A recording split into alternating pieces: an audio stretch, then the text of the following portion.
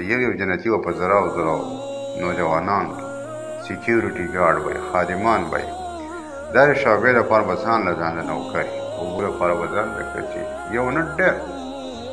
تاسو ته ما حدیث د پیغمبر صاحب ذکر کړی چې جنتي به دغه وکړي دا اوبه به وغواړي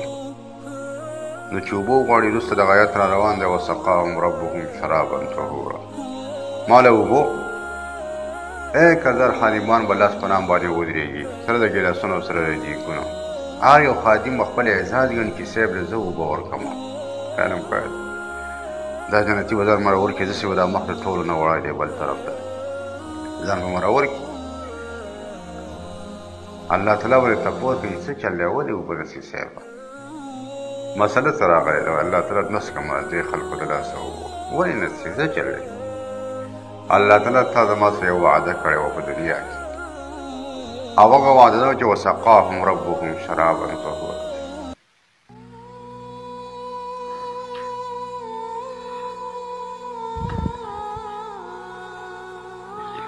چې الله تعالی په خپله به ته زه اوبه ورکوم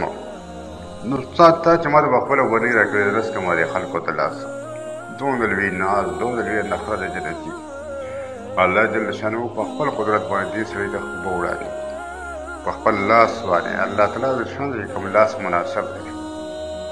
اوبه به له ورکړي جنتي به خوشحاله شي ویطوف علیهم او ګرځي به دې جنتیانو ته ولدانون هغه نوجوانان مخلدونه چې د همیشه لپاره به نوجواناني لکه بوډاوالی به پرې نه راځي همیشه لپاره به د هغې ځواني بهایي جنت کې اصحاب الجنة جرد مرد خبره ده جنتیان به ټول غالبا 40 کاله په عمر باندې په هغې باندې بوډاوالی نه راځي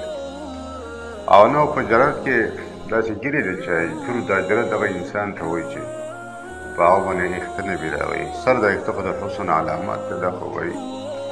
او مرد نامرد هغه انسان ته وایي چې برېت نه نو ګیره به هم نه او برېت 40 کاله په عمر کې به هر یو جنتي دغه شان او خاص کر دې جنتیانو دا کم خادمان چې دي نو دا خادمان خو به ټولو منډو جوړوي په دې به بوډاوالی نه راځي اذا رأیتهم کله چې ته وینې دوی لره حسبتهم نو ته به ګمان کوې په دې باندې لؤلؤا منثورا دغه ملغلرو خروورو